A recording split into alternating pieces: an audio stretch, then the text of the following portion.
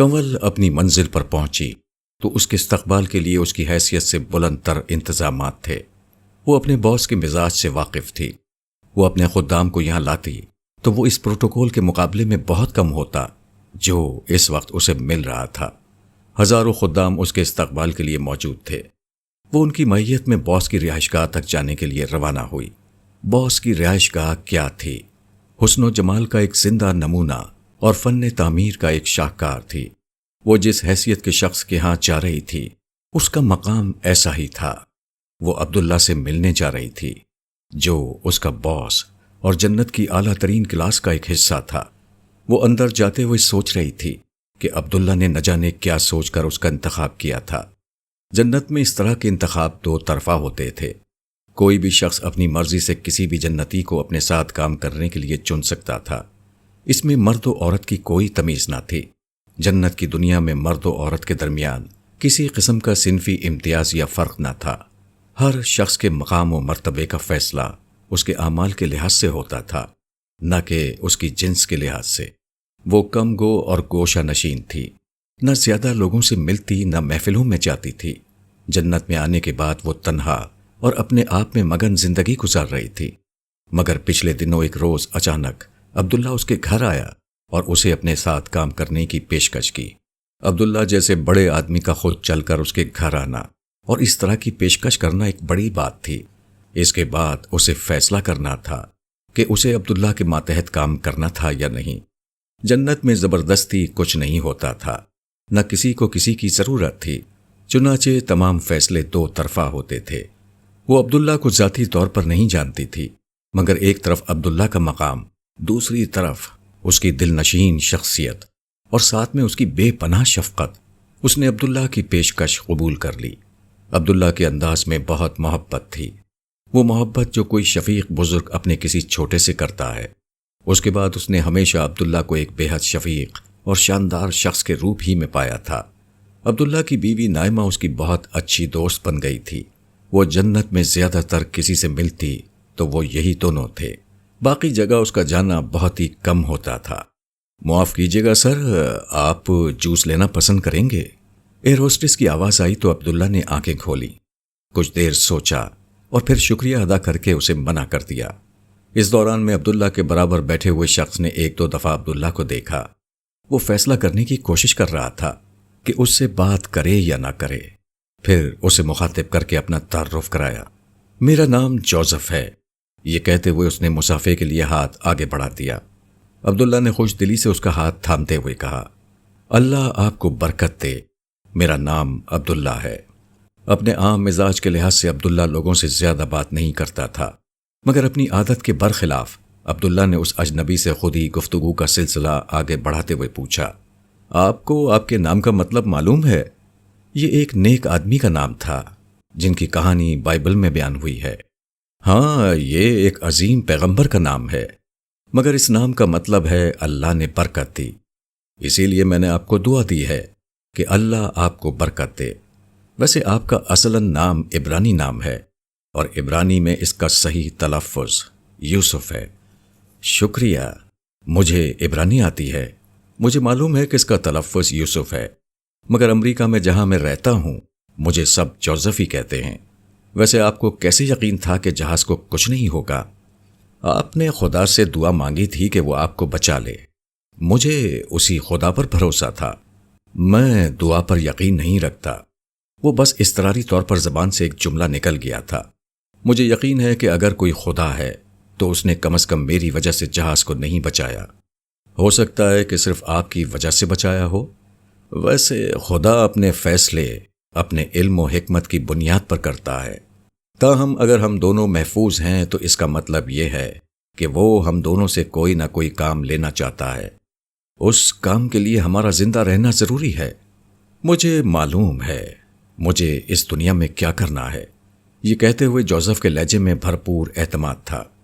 یہ تو صرف خدا کو معلوم ہے کہ آپ کو کیا کرنا ہے، انسان صرف ارادہ کر سکتا ہے۔ یہ خدا کی دنیا ہے، فیصلے صرف اس کے نافذ ہوتے ہیں۔ عبداللہ نے ٹھوس لہجے میں جواب دیا، مگر جوزف کو اب بھی اپنی بات پر یقین تھا۔ یہ غلط فہمی ہر مذہبی شخص کو ہوتی ہے، یہ دنیا اصلاً انسان کی دنیا ہے، اسے انسان ہی چلاتا ہے۔ یہ دنیا ہمیشہ انسانوں نے بدلی ہے اور آج بھی اسے انسان ہی بدلے گا۔ اس کی بات پر عبداللہ خاموش ہو گیا۔ وہ سوچنے لگا کہ انسان کی یادداشت کتنی کمزور ہے۔ جوزف بھول گیا ہے کہ تھوڑی دیر پہلے انسانوں کے بنائے ہوئے جہاز کے ساتھ کیا ہو رہا تھا۔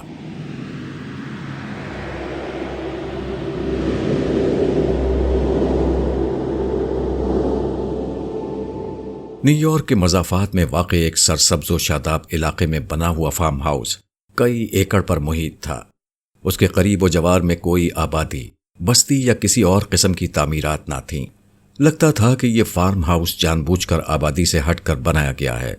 باقی دنیا سے اسے جوڑنے والی ایک پختہ تارکول سڑک تھی جو دور تک چلی گئی تھی۔ عام حالات میں یہ پورا علاقہ ویران رہتا ہوگا، مگر آج یہاں وقفے وقفے سے جہاز جیسی بڑی اور شاندار گاڑیاں آ رہی تھیں۔ یہ گاڑیاں فارم ہاؤس کے گیٹ کے قریب پہنچیں تو اس کا آٹومیٹک دروازہ خود بخود کھل جاتا۔ شاید اندر موجود لوگ کیمرے کی مدد سے آنے والوں کی شناخت کر کے انہیں داخلے کی اجازت دے رہے تھے۔ آنے والے لوگ داخلی دروازے سے گزرتے ہوئے مرکزی عمارت کے پاس پہنچ کر گاڑیوں سے اتر رہے تھے۔ یہاں موجود اسٹاف کے لوگ ان کی گاڑیاں دور لے جا کر پارک کر رہے تھے۔ گاڑیوں سے اترنے والوں کے لباس اور وضاقتہ سے اندازہ ہوتا تھا کہ وہ انتہائی دولت مند افراد ہیں۔ زیادہ تر لوگ بڑی عمر کے تھے، چند ایک درمیانی عمر کے بھی تھے، مگر وہ سب کے سب مرد ہی تھے۔ کچھ دیر میں تمام آنے والے ایک بڑے مرکزی ہال میں جمع ہو چکے تھے۔ باہر سیکیورٹی کے لوگ موجود تھے، جبکہ اندر ہال کے تمام دروازے بند تھے۔ ایک بڑی عمر کے شخص نے جو مرکزی نشست پر براجمان تھا، ہال میں چھائی خاموشی کو توڑ کر کہا، کیا تمام لوگ آ چکے؟ ایک دوسرے بڑی عمر کے آدمی نے جواب دیا، مسٹر جوناتھن، تمام لوگ آ چکے ہیں سوائے جوزف کے۔ لندن سے نیو یارک آنے والی اس کی فلائٹ موسم کی خرابی کی وجہ سے کچھ تاخیر سے روانہ ہوئی تھی۔ کوئی بات نہیں مسٹر اینڈرسن، آپ تو موجود ہیں، اصل اہمیت آپ کی ہے۔ جوناتھن کے لہجے اور الفاظ سے صاف معلوم ہوتا تھا کہ اینڈرسن کی شخصیت اس کے لیے کتنی غیر معمولی تھی، مگر اہمیت کے اس بیان کے باوجود جب اینڈرسن نے جواب دینا شروع کیا تو اس کے لہجے میں جوش کے بجائے تکان تھی، ویسی ہی تھکان جو ایک طویل میراتھن میں حصہ لینے والے کھلاڑی کو آخری وقت میں ہوتی ہے۔ ہاں، مگر اب میں چاہتا ہوں کہ میرا بیٹا جوزف میری جگہ لے لے۔ مجھے کینسر کی تشخیص ہو چکی ہے اور میں بہت زیادہ زندہ نہیں رہ سکتا۔ میں چاہتا ہوں کہ میں اپنی زندگی ہی میں جوزف کو وہ ساری ذمہ داریاں سونپ دوں جو آج تک میں نے اس تنظیم کے لیے نبھائی ہیں۔ ویسے بھی وہ عرصے سے تنظیم کے لیے کام کر رہا ہے، وہ ہر چیز سے واقف ہے۔ تنظیم کے مقاصد اس کی زندگی ہیں، وہ انتہائی باصلاحیت ہے۔ مجھے یقین ہے وہ میرے بعد تنظیم کا ایجنڈا زیادہ بہتر طریقے پر آگے بڑھائے گا۔ آپ نے بالکل درست کہا مسٹر اینڈرسن، ایک اور شخص نے اینڈرسن کو مخاطب کرتے ہوئے کہا۔ جوزف کی صلاحیت سے ہم آگاہ ہیں، پھر وہ آپ کا بیٹا ہے، ہم پوری خوش دلی سے اسے آپ کی جگہ اس تنظیم میں شامل کریں گے۔ وہ آپ کے کام کو یقیناً آگے بڑھائے گا، لیکن ہم آپ کی صحت کے لیے دعا گو ہیں۔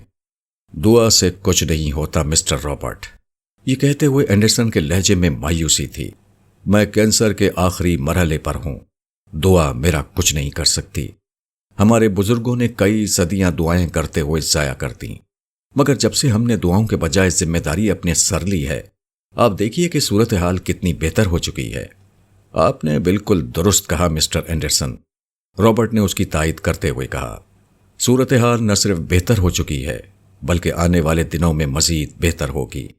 دنیا بھر کے مالیاتی ادارے، ذرائع ابلاغ اور اہم دارالحکومت ہمارے کنٹرول میں ہیں۔ ہم جلد یا بدیر ایک غیر رسمی عالمی حکومت بنانے میں کامیاب ہو جائیں گے، ایک ایسا نظام جس میں ہر ملک آزاد ہوگا، ہر فرد آزاد ہوگا، مگر ان کی حیثیت ہمارے غلام کی سی ہوگی۔ وہ ہمارے لیے کمائیں گے، ہمارے اصولوں کے مطابق جئیں گے۔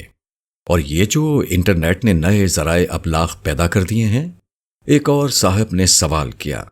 اس دفعہ رابرٹ کے بجائے صدر نشین جوناتھن نے مداخلت کرتے ہوئے کہا، ان سے کوئی فرق نہیں پڑتا۔ ان سے نمٹنے کا طریقہ یہ نہیں ہے کہ ان آوازوں کو بند کر دیا جائے، ان سے نمٹنے کا طریقہ یہ ہے کہ دوسری آوازوں کو زیادہ شدت سے اٹھا دیا جائے، لوگوں کی توجہ کو دوسری طرف موڑ دیا جائے۔ دوسرا طریقہ یہ ہے کہ ایسے تمام لوگ جو ہمارے عزائم کی راہ میں رکاوٹ بن رہے ہوں، ان کا اعتبار ختم کرنے کی کوشش کی جائے تاکہ کوئی ان کی باتوں کو سنجیدگی سے نہ لے۔ اس سے بھی مسئلہ حل نہ ہوا تو اور بھی راستے ہیں۔ ایک آدھ شخص کے منظر سے ہٹنے سے دنیا کو کوئی فرق نہیں پڑتا۔ جوناتھن کے جواب میں بیک وقت چالاکی اور صفا کی جمع تھی۔ اس جواب نے حاضرین کے چہروں پر چھائے اطمینان کو اور گہرا کر دیا۔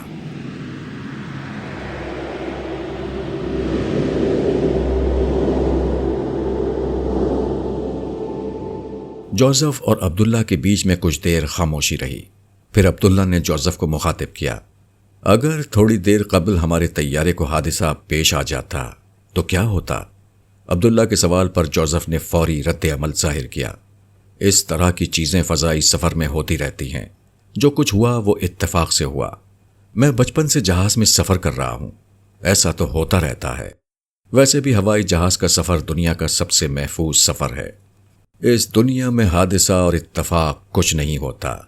یہاں ہونے والا اتفاق بھی پلان کیا جاتا ہے۔ ہر حادثہ اور ہر اتفاق کے پیچھے اللہ تعالیٰ کی حکمت ہوتی ہے۔ یہ ہمارے لیے ایک موقع ہوتا ہے کہ ہم دیکھیں کہ زندگی درست طریقے سے گزر رہی ہے یا نہیں۔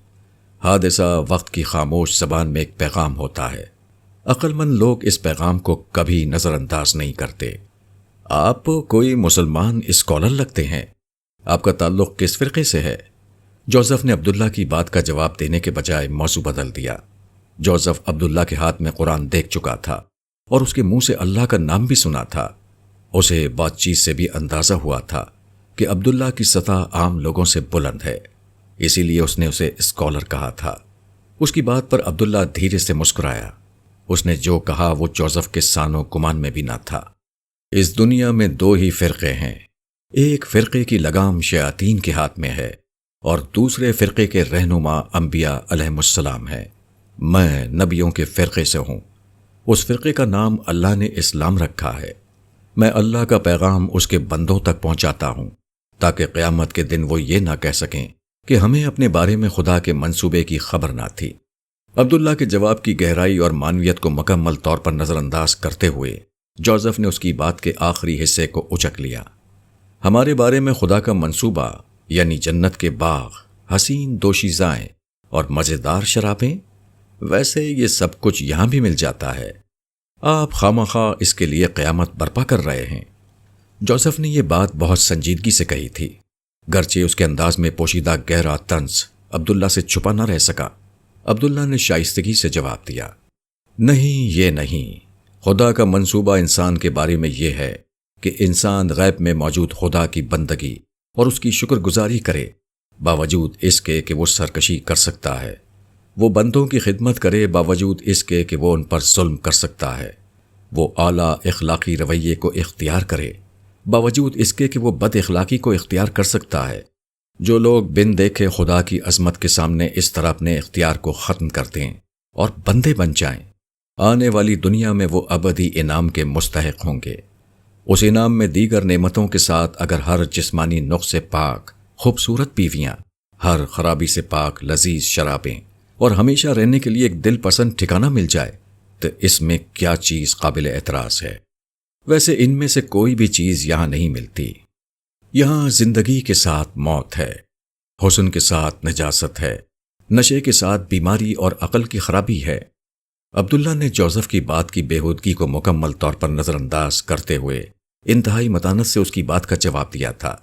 ایک لمحے کے وقفے کے بعد وہ مسکراتے ہوئے بولا، آپ کو اگر عورتوں اور شراب میں دلچسپی نہیں تو اطمینان رکھیں، خدا کی ابدی بادشاہی میں ان چیزوں کے علاوہ بھی بہت کچھ ہے۔ جوزف نے کوئی جواب نہیں دیا۔ وہ کچھ بیزار سا ہو گیا تھا۔ اسے خاموش دیکھ کر عبداللہ نے جیب سے اپنا کارڈ نکالا اور اسے دیتے ہوئے کہا، یہ میرا کارڈ ہے۔ اسلام کے بارے میں کبھی کوئی سوال کرنا ہو تو بے تکلف مجھ سے رابطہ کر سکتے ہیں۔ جوزف نے کچھ سوچتے ہوئے اس کا کارڈ ہاتھ میں پکڑا، جیب سے موبائل فون نکالا اور اس کے وزٹنگ کارڈ کا فوٹو کھینچ لیا۔ پھر اسے وزٹنگ کارڈ واپس کرتے ہوئے کہا، میرا موبائل آپ کے اس کارڈ کو خودکار طریقے سے میرے آن لائن ڈیٹا اسٹوریج میں محفوظ کر دے گا۔ آپ کا کارڈ اب ہمیشہ کے لیے میرے پاس محفوظ ہو گیا ہے۔ ویسے آپ نیو یارک میں کتنے دن رکیں گے؟ بس ایک دن۔ آج ایک لیکچر ہے اور کل آگے چلا جاؤں گا۔ اتنے میں ایئر ہوسٹس کی آواز بلند ہوئی، وہ جہاز کی منزل پر پہنچنے کی اطلاع دے رہی تھی۔ تھوڑی دیر میں جہاز کے پہیوں نے رن وے کو چھوا تو جوزف نے عبداللہ کی طرف ہاتھ بڑھاتے ہوئے الوداع کہا۔ چلیے، ہماری منزل آ گئی، زندگی رہی تو کبھی ملاقات ہوگی۔ جی انشاءاللہ ضرور ہوگی۔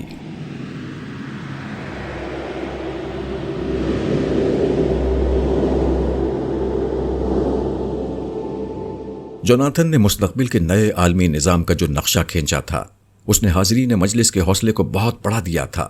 اس نے گفتگو کا سلسلہ جاری رکھا۔ ہماری اشروں کی محنت اب مکمل طور پر رنگ لانے جا رہی ہے۔ ہم اپنے عالمی غلبے کا ایک ایسا نظام قائم کرنے جا رہے ہیں جیسا نظام انسانی تاریخ میں کبھی قائم نہیں ہو سکا۔ آج سے قبل ایک قوم دوسری قوم کو فتح کرتی تھی۔ اس عمل میں اس کے اپنے بہت سے لوگ مرتے تھے، مگر ہم تعداد میں اتنے کم ہیں اور ہمارا ہر شخص اتنا قیمتی ہے کہ ہم اس طرح مرنا برداشت نہیں کر سکتے۔ دوسرے اس طرح کی فتوحات مفتوح اقوام کے دل میں نفرت پیدا کرتی تھیں اور قوم قابض گروہ سے جلد یا بدیر آزادی حاصل کر لیتی تھیں۔ ہم نے اپنے لیے فتح کا نیا تصور تشکیل دیا ہے۔ ہم نے جان لیا ہے کہ فتح دراصل دو چیزوں کا نام ہوتی ہے۔ فتح کا ایک پہلو معاشی فائدہ اور وسائل کو اپنے تصرف میں لانا ہوتا ہے، اور دوسرا پہلو اپنی شان و شوکت اور برتری کو دوسروں سے منوانا ہوتا ہے۔ ہماری جنگ میں ہم نے آج تک پہلے پہلو پر توجہ دی ہے۔ ہم نے ایسا عالمی مالیاتی نظام بنایا ہے کہ ساری دنیا میں لوگ کماتے ہیں اور ان کی کمائی کا ایک حصہ خود بخود ہمارے پاس آ جاتا ہے۔ اور دوسرا حصہ کیا وہ اہم نہیں ہے؟ ایک صاحب نے سوال کیا تو بوڑھا گدھ جوناتھن ایک خوفناک مسکراہٹ کے ساتھ اس سے مخاطب ہوا۔ ہاں، وہ بھی اہم ہے، مگر اس میں بہت زیادہ عملی رکاوٹیں تھیں۔ اس کے باوجود ہم نے اس حوالے سے بھی اپنے مقاصد کو بڑی حد تک پورا کر لیا ہے۔ کیا آپ کو یاد نہیں کہ ہم نے اپنی قوم کے لیے ایک جغرافیہ حاصل کر لیا ہے؟ مگر اس راستے میں جانوں کا نقصان بہت ہوتا ہے۔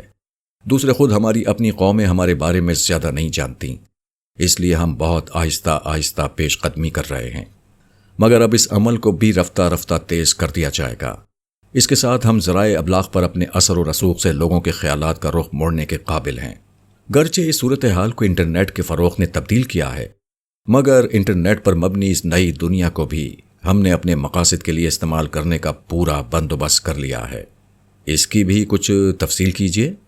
ایک صاحب نے لقمہ دیا تو جوناتھن نے اپنی بات کو واضح کرنا شروع کیا۔ جو نظام ہم اب تشکیل دینے جا رہے ہیں، اس میں ہر ملک اور ہر قوم اپنی جگہ خود کو آزاد سمجھے گی۔ ہر فرد قانونی طور پر آزاد ہوگا، ہر شخص کو بولنے کی آزادی ہوگی، مگر دراصل وہ ہمارا غلام ہوگا۔ اس کے ساتھ ہر قوم کے افراد اول تا آخر مکمل معلومات، رجحانات، دلچسپیاں، کمزوریاں، ان کی سوچ، ان کے ذہن اور ان کے جسم کے بارے میں ہر معلومات ہمارے پاس ہوں گی۔ ہر شخص کی پرائیویٹ زندگی سے لے کر اس کے جسم میں ڈی این اے کوڈ کے بارے میں ہمیں معلومات حاصل ہوں گی۔ ہم نے ایک طرف ایک ایسا ماحول پیدا کر دیا ہے کہ ہر شخص اپنی ذاتی زندگیوں میں کمزوریوں کا شکار ہوگا، اور دوسری طرف اس کی ساری کمزوریاں ہمارے علم میں ہوں گی، جس کے بعد ہر شخص اور خاص کر لیڈرشپ کو کنٹرول کر کے پوری قوم پر قابو پانا ہمارے لیے ممکن ہو جائے گا۔ یہ سب کچھ بغیر کسی جنگ و جدل کے ہوگا، کسی کشت و خون کے بغیر ہوگا۔ ہاں جوناتھن، تم ٹھیک کہہ رہے ہو۔ اس منزل تک پہنچنے کے لیے ہم نے بہت محنت کی ہے۔ اینڈرسن نے جوناتھن کی تائید کی، گرچہ اس کی آواز میں موت کی پسمردگی صاف محسوس ہو رہی تھی۔ وہ حاضرین سے مخاطب ہوا۔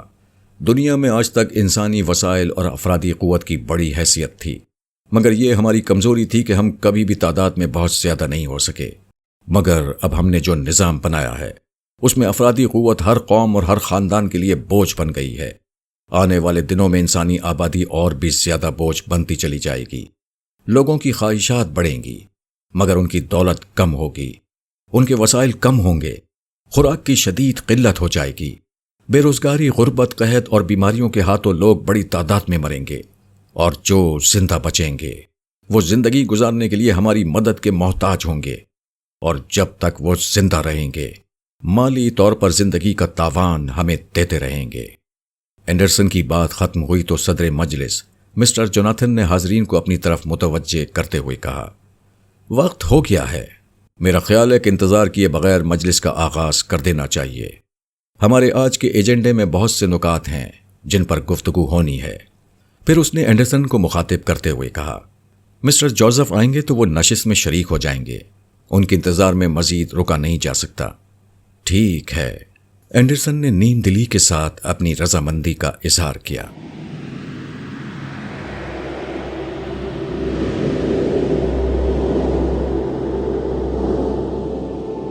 کنول اندر پہنچی تو عبداللہ اسے دیکھ کر اپنی جگہ سے کھڑا ہو گیا۔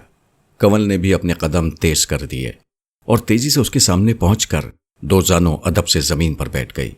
اس نے عبداللہ کے بیش قیمت لباس کے ایک حصے کو اپنے دونوں ہاتھوں میں پکڑ کر اپنی آنکھوں سے اس پر بوسہ دیتے ہوئے کہا، میرے آقا، میرے سردار کا اقبال بلند رہے، آپ نے یاد کیا، میں حاضر ہو گئی ہوں۔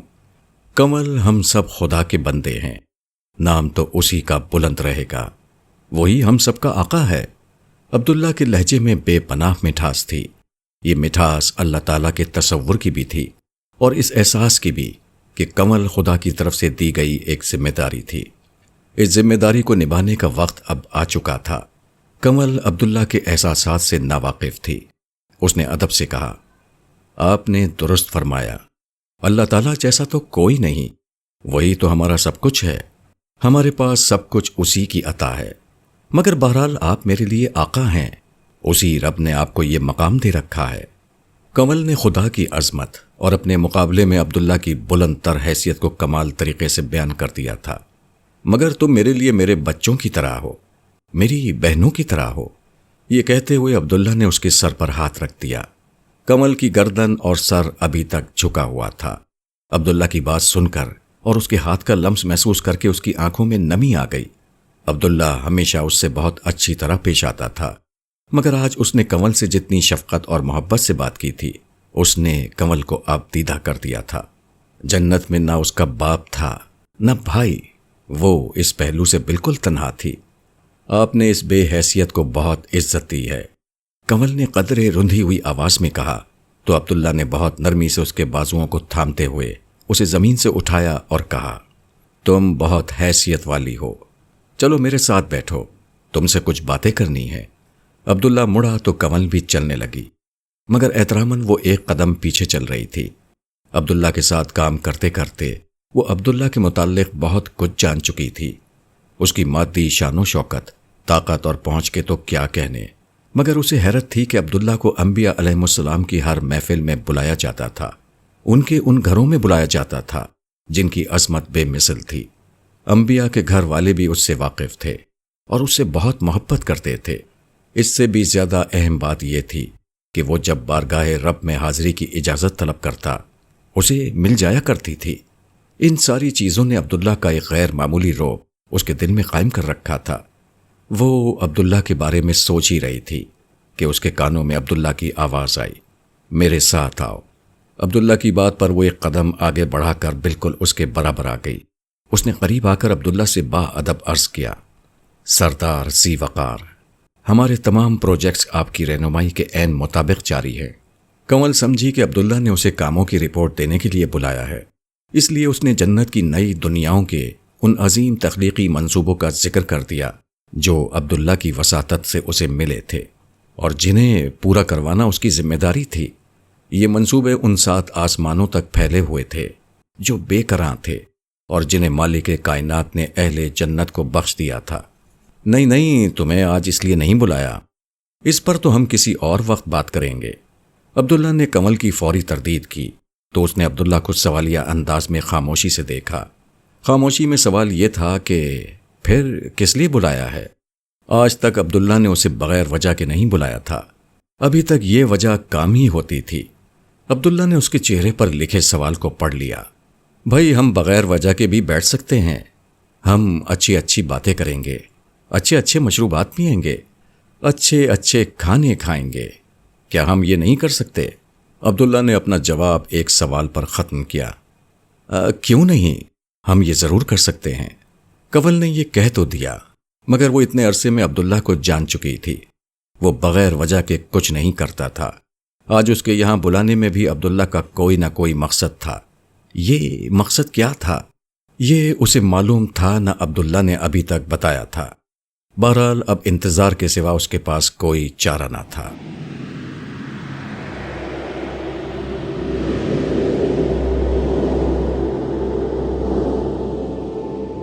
جوزف ایئرپورٹ کی عمارت سے باہر نکلا تو فوراً اس کے سامنے ایک نسبتاً چھوٹی گاڑی آ گئی۔ ڈرائیور ادب سے نیچے اترا اور جوزف کے لیے پچھلی نشست کا دروازہ کھول دیا اور جوزف کا بریف کیس لے کر گاڑی میں رکھ دیا۔ جوزف بیٹھا تو گاڑی روانہ ہو گئی۔ گاڑی میں بیٹھتے ہی جوزف نے ڈرائیور کو شہر سے باہر ایک جگہ تک پہنچنے کے لیے کہا۔ اوکے سر آپ کی ہدایت کے مطابق میں چھوٹی گاڑی لایا ہوں۔ ہاں مجھے پہلے ہی دیر ہو چکی ہے۔ جوزف کی بات کا پس منظر یہ تھا کہ اس کے گھر میں بڑی گاڑیوں کا ایک بیڑا موجود تھا۔ وہ شاذ ہی کبھی چھوٹی گاڑی میں بیٹھتا تھا، مگر اس وقت اس نے خاص طور پر چھوٹی گاڑی منگوائی تھی کیونکہ بڑی گاڑی کے ٹریفک میں پھنسنے کا زیادہ امکان تھا۔ جوزف نے ارد گرد کے ٹریفک کو دیکھتے ہوئے ڈرائیور سے دریافت کیا، ہمیں کتنا وقت لگے گا؟ ڈرائیور نے گاڑی کے ڈیش بورڈ میں لگے اسکرین کو آن کیا، زبانی طور پر گاڑی میں لگے آٹومیٹک سسٹم کو اپنی منزل کا بتایا۔ سسٹم نے فوراً بتا دیا کہ 40 منٹ سے پہلے وہ اپنی منزل تک نہیں پہنچ سکتے۔ جتنا تیز ہو سکے گاڑی چلاؤ، ایک منٹ قیمتی ہے۔ جوزف نے گھڑی دیکھتے ہوئے ڈرائیور کو ہدایت کی۔ اس نے روانہ ہوتے وقت اپنے والد اینڈرسن کی فلائٹ کی تاخیر کے بارے میں بتا دیا تھا، مگر اسے معلوم تھا کہ میٹنگ اپنے وقت پر ہی شروع ہوگی۔ آج جوزف کی زندگی کا بہت اہم دن تھا۔ تنظیم میں اہم عہدے پر کام کرنا اس کی زندگی کا سب سے بڑا خواب تھا جسے آج پورا ہونا تھا۔ اس کے باقی خواب ہمیشہ سے پورے ہوتے رہے تھے۔ اس کا باپ اینڈرسن ایک انتہائی دولت مند شخص تھا، گویا وہ منہ میں سونے کا چمچہ لے کر پیدا ہوا تھا۔ اعلیٰ ترین تعلیم، بیش قیمت ملبوسات، محل جیسے گھر، شاندار گاڑیاں اور بہت بڑا کاروبار، اس کی زندگی انہی چیزوں میں گزری تھی۔ اسے جوانی ہی میں وہ سب کچھ میسر تھا جو لوگوں کو ساری زندگی کی جد و جہد کے بعد بھی نہیں ملتا تھا۔ اب تو اس نے باپ کے کاروبار کا ایک بڑا حصہ بھی سنبھال لیا تھا، مگر اس دولت اور شان و شوکت کے ساتھ ساتھ اس نے اپنے باپ کو ساری زندگی ایک مقصد کے لیے کام کرتے ہوئے دیکھا تھا۔ اس نے خود اپنی زندگی کو بھی اسی مقصد کے لیے لگانے کا فیصلہ کیا تھا۔ آج اس حوالے سے ایک اہم مرحلہ طے ہونا تھا کہ اسے رسمی طور پر تنظیم میں اپنے باپ کی جگہ لینی تھی، مگر بدقسمتی سے موسم کی خرابی کی بنا پر اس کی فلائٹ تاخیر سے نیو یارک پہنچی تھی۔ خیر اب کیا ہو سکتا تھا؟ وہ بار بار اضطراب کے عالم میں ارد گرد کے ٹریفک کو دیکھ رہا تھا۔ ہر طرف ٹریفک کا ازدحام تھا، یہاں تیز رفتار ڈرائیونگ ممکن نہ تھی۔ زیادہ بڑا مسئلہ یہ تھا کہ اپنی مطلوبہ جگہ پر پہنچنے کے بعد اسے ڈرائیور کو رخصت کرنا تھا اور پھر گاڑی خود چلاتے ہوئے اپنی منزل یعنی اس فارم ہاؤس تک پہنچنا تھا جہاں میٹنگ ہو رہی تھی۔ کسی اور کو وہاں آنے کی اجازت نہ تھی۔ مختلف راستوں سے ہوتے ہوئے آخرکار گاڑی مطلوبہ جگہ پر پہنچی جو شہر سے باہر تھی۔ گاڑی رکتے ہی ڈرائیور اپنی سیٹ سے اترا اور جوزف ڈرائیونگ سیٹ پر آ بیٹھا۔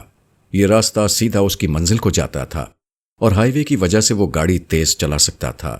اس نے بیٹھتے ہی گاڑی کی سپیڈ تیز کر دی، مگر اس کا ذہن ڈرائیونگ سے زیادہ میٹنگ کے بارے میں سوچ رہا تھا۔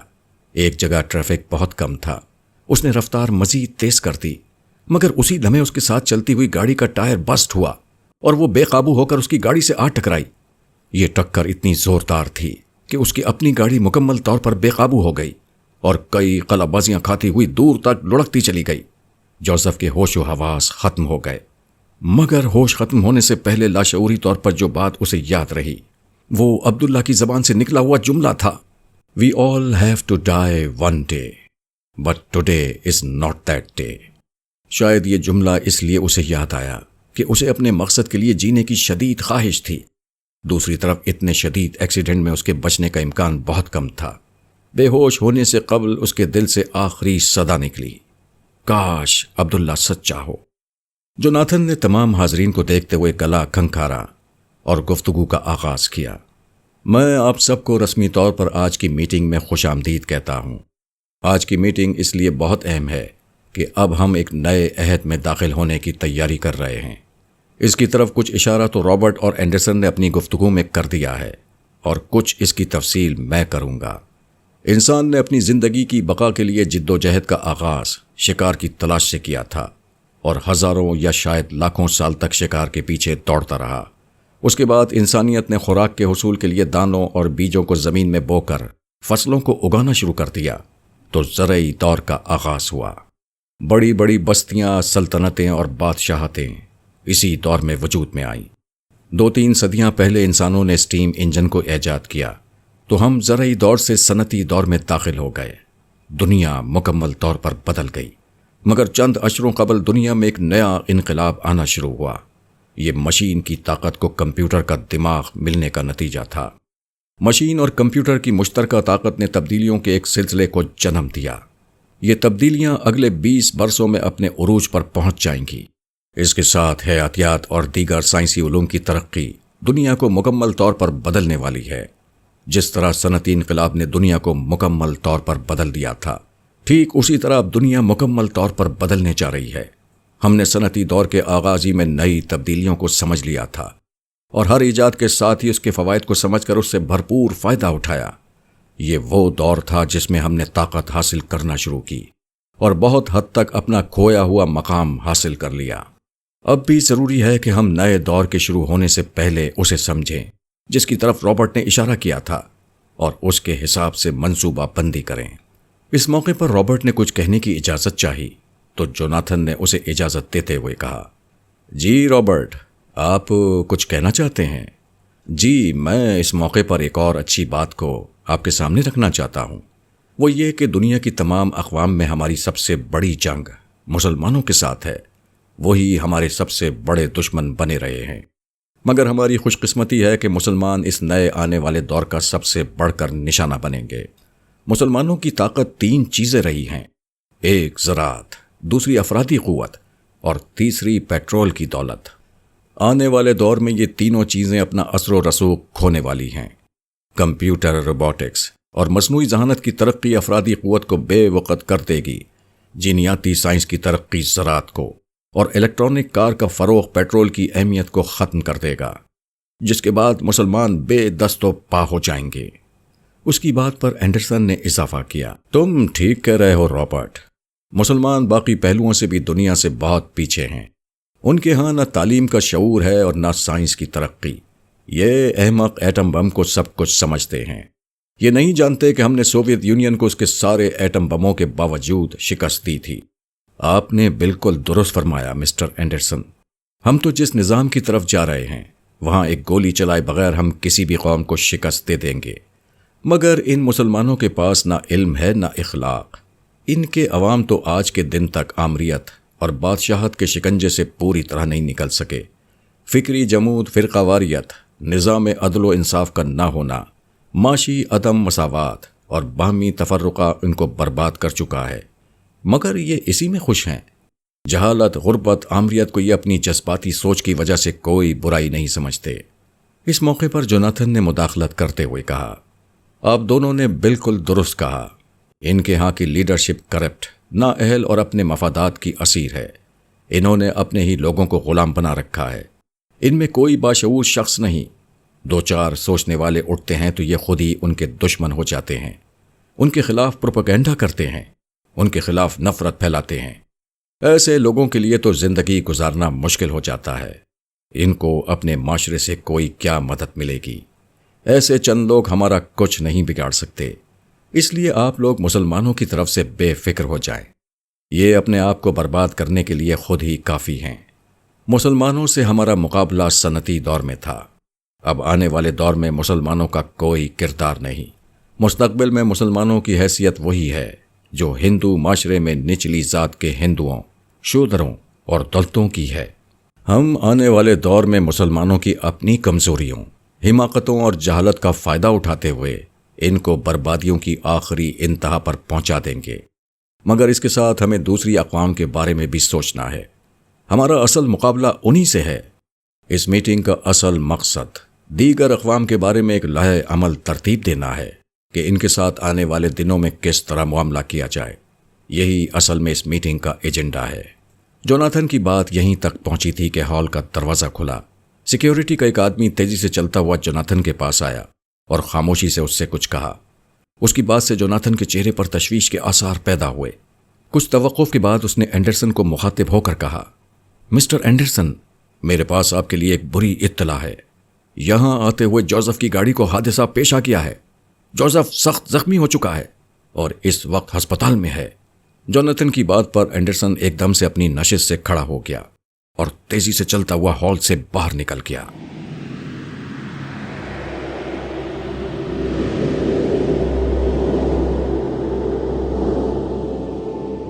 وہ دونوں اپنی نشستوں پر بیٹھے تو خدام عبداللہ کی منشا کو اس کے کچھ کہے بغیر سمجھتے ہوئے کھانے پینے کی چیزوں کا اہتمام کرنے لگے اور ایک ایک کر کے مختلف انواع و اقسام کے پرتکلف کھانے اور لذیذ مشروبات ان کی خدمت میں پیش کرنے لگے۔ جنت کے کھانے پینے کی اشیاء کی خصوصیت یہ تھی کہ یہ صرف ذائقہ فراہم کرتی تھیں، نہ اہل جنت کو طاقت کی ضرورت تھی، نہ یہ ان غذاؤں کا مقصد تھا۔ یہ لذت کام و دہن کا بندوبست کرتیں اور جسم سے خوشبو کی شکل میں پسینے کی جگہ نکل جاتیں۔ نہ ہاضمے کا مسئلہ تھا، نہ سحری کا، نہ بھوک کی تکلیف تھی، نہ پیاس کی شدت، بس راحت پر راحت کا سامان تھا۔ خدام پوری گفتگو کے دوران میں وقفے وقفے سے آتے رہے اور کھانے پینے کی اشیاء بدل کر ایک کی جگہ دوسری چیز رکھتے رہے۔ اس دوران میں کنول زیادہ تر خاموش رہی۔ گفتگو عبداللہ ہی کر رہا تھا۔ کنول کی حد سے زیادہ کمگوئی کی بنا پر بولنے اور باتیں کرنے کی زیادہ تر ذمہ داری عبداللہ نے لے رکھی تھی۔ وہ اسے دلچسپ واقعات سنا رہا تھا، علم، ادب، تاریخ کے موضوعات، ماضی و حال کے واقعات، مستقبل کے امکانات، گزری ہوئی کہانیوں کا پس منظر اور پیش منظر، جنت اور اہل جنت کے معاملات وغیرہ پر وہ بات کرتا رہا۔ شروع میں تو وہ زیادہ تر خاموش بیٹھی ہوئی ہاں کرتی رہی۔ رفتہ رفتہ اس کے چہرے پر دلچسپی اور مسرت کے آثار پھیلنے لگے۔ عبداللہ کی باتیں دلچسپ، معلوماتی اور لطیف تھیں۔ دوران گفتگو اس نے کہا، تم پچھلی دنیا میں ایک ڈاکٹر تھیں، اس حوالے سے میں تمہیں ایک دلچسپ بات بتاتا ہوں۔ پتہ ہے پچھلے دنوں میرے جاننے والے ایک صاحب اور ان کی بیگم ایک ساتھ جنت میں آئے۔ پچھلی دنیا میں ان کو میٹھے کا بہت شوق تھا، مگر آخری عمر میں ان کو شوگر ہو گئی تھی۔ بیگم صاحبہ اپنے شوہر کو سخت پرہیز کراتی تھیں، اسی لیے دونوں نے لمبی عمر پائی۔ نیک لوگ تھے، اس لیے جنت میں آ گئے۔ مجھے ان کے آنے کا پتہ چلا تو میں نے اپنے گھر بلا لیا۔ میرے خدام نے آتے ہی انہیں مشروب پیش کیا تو بیگم صاحبہ نے شوہر سے کہا، آپ مت لیجیے گا، اس میں مٹھاس ہے۔ میرے دوست نے مجھ سے پوچھا کہ یہاں بھی پرہیز ہوگا، تو میں نے کہا ہرگز نہیں۔ یہ سن کر وہ اپنی بیگم پر سخت ناراض ہوئے کہ تم نے پرہیز کروا کے پچھلی دنیا میں میری عمر 10 سال زیادہ کرا دی اور میرے 10 سال محرومی میں گزرے۔ 10 سال پہلے مر جاتا تو مزے سے جنت میں آ کر اپنی مرضی کی ساری چیزیں کھاتا پیتا۔ عبداللہ کی اس بات پر کنول نے زور سے قہقہا بلند کیا اور ہنستے ہنستے دوہری ہو گئی۔ پھر بمشکل اپنی ہنسی روکتے ہوئے بولی، آپ مبالغہ کر رہے ہیں۔ جنت میں اتنا بے وقوف کوئی نہیں ہوتا کہ اسے کھانے پینے سے شوگر کا اندیشہ محسوس ہونے لگے۔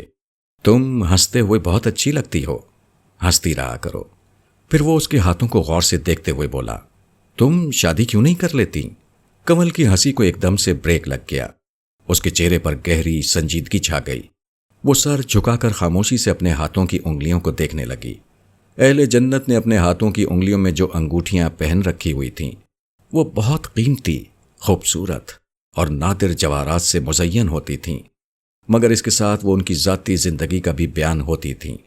شادی شدہ خواتین یا وہ خواتین جو کسی بھی وجہ سے شادی نہیں کرنا چاہتیں ایک خاص طرح کی انگوٹھیاں پہنتی تھیں۔ اس کے نتیجے میں صنف مخالف کا کوئی بھی شخص ان میں کسی طرح کی کشش محسوس نہیں کر سکتا تھا، گرچہ ان کا حسن اور ان کی خوبصورتی لوگوں کو نظر آ جاتی تھی، مگر یہ خوبصورتی ایسی تھی جیسے گلاب کے کسی پھول کی خوبصورتی ہر شخص کو محسوس ہوتی ہے۔ غیر شادی شدہ خواتین جو شادی کی خواہش مند ہوتیں وہ ایک دوسری طرح کی انگوٹھیاں پہنتی تھیں۔ اسی کی بنیاد پر جنت میں آنے والی وہ خواتین جو کسی وجہ سے تنہا تھیں اپنی پسند کے مطابق شریک زندگی ڈھونڈ لیتی تھیں۔ کنول نے پہلی طرح کی انگوٹھی پہن رکھی تھی، مگر عبداللہ کو اچھی طرح معلوم تھا کہ وہ غیر شادی شدہ ہے، مگر انگوٹھی کا مطلب تھا کہ وہ شادی میں دلچسپی نہیں رکھتی۔ عبداللہ نے اسی پس منظر میں اس سے سوال کیا تھا۔ عبداللہ کی بات پر کنول خاموش رہی تھی تو عبداللہ نے کہا، اگر تمہیں میری بات بری لگی ہے تو میں معافی چاہتا ہوں۔ عبداللہ کی بات پر کنول تڑپ اٹھی، میں آپ کی کسی بات کا کیسے برا مان سکتی ہوں؟ آپ نے مجھے بہت عزت دی ہے، اپنے بچوں اپنی بہنوں کی طرح سمجھا ہے، میرے لیے تو یہ بہت بڑا اعزاز ہے۔ تم عزت اور محبت کے قابل ہو، تم کو اللہ نے بہت عزت دی ہے، تم اس کی بہت محبوب بندی ہو۔ عبداللہ کے لہجے کی شفقت دیکھ کر کنول نے کچھ ہچکچاتے ہوئے لب کھولے۔ بات یہ ہے، رہنے دو، عبداللہ نے اس کی بات کاٹتے ہوئے کہا۔ جو تم بتانا نہیں چاہتی وہ میں پوچھنا نہیں چاہتا، مگر کیا تم جانتی ہو میں نے اپنے ساتھ تمہارا انتخاب کیوں کیا ہے؟ کنول خاموش رہی۔ اس کے پاس اس سوال کا کوئی جواب نہ تھا، گرچہ یہ سوال اس کے ذہن میں پہلے دن سے تھا، مگر وہ اپنی کم گوئی اور خاموش طبیعت کی بنا پر کبھی عبداللہ سے یہ سوال نہیں کر سکی تھی۔ میں جنت میں تم سے ملنے سے قبل تمہیں ذاتی طور پر جانتا تھا۔ کنول عبداللہ کی بات سن کر چونک گئی۔ وہ اچھی طرح جانتی تھی کہ پچھلی دنیا میں وہ کبھی عبداللہ سے نہیں ملی، اس کا کبھی نام بھی نہیں سنا، گرچہ اس کا زمانہ عبداللہ ہی کا تھا، مگر عبداللہ اس کا کوئی واقف نہ تھا، نہ وہ کوئی مشہور شخصیت تھی جسے دنیا بھر میں لوگ جانتے ہوں۔ عبداللہ اسے کیسے جان سکتا تھا، اور وہ بھی ذاتی طور پر؟ وہ اپنے ذہن میں پیدا ہونے والے سوال کو زبان پر آنے سے نہ روک سکی۔ آپ مجھے کیسے جانتے تھے؟ ہم تو کبھی پچھلی دنیا میں نہیں ملے تھے۔ اس سوال کا جواب تھوڑا تفصیلی ہے۔ امید ہے کہ آج تم میرے پاس وقت نکال کر آئی ہوگی۔ میرا سارا وقت آپ کے لیے ہے۔ یہ میرے لیے اعزاز ہے کہ آپ جیسا شخص مجھے اتنا وقت دے رہا ہے۔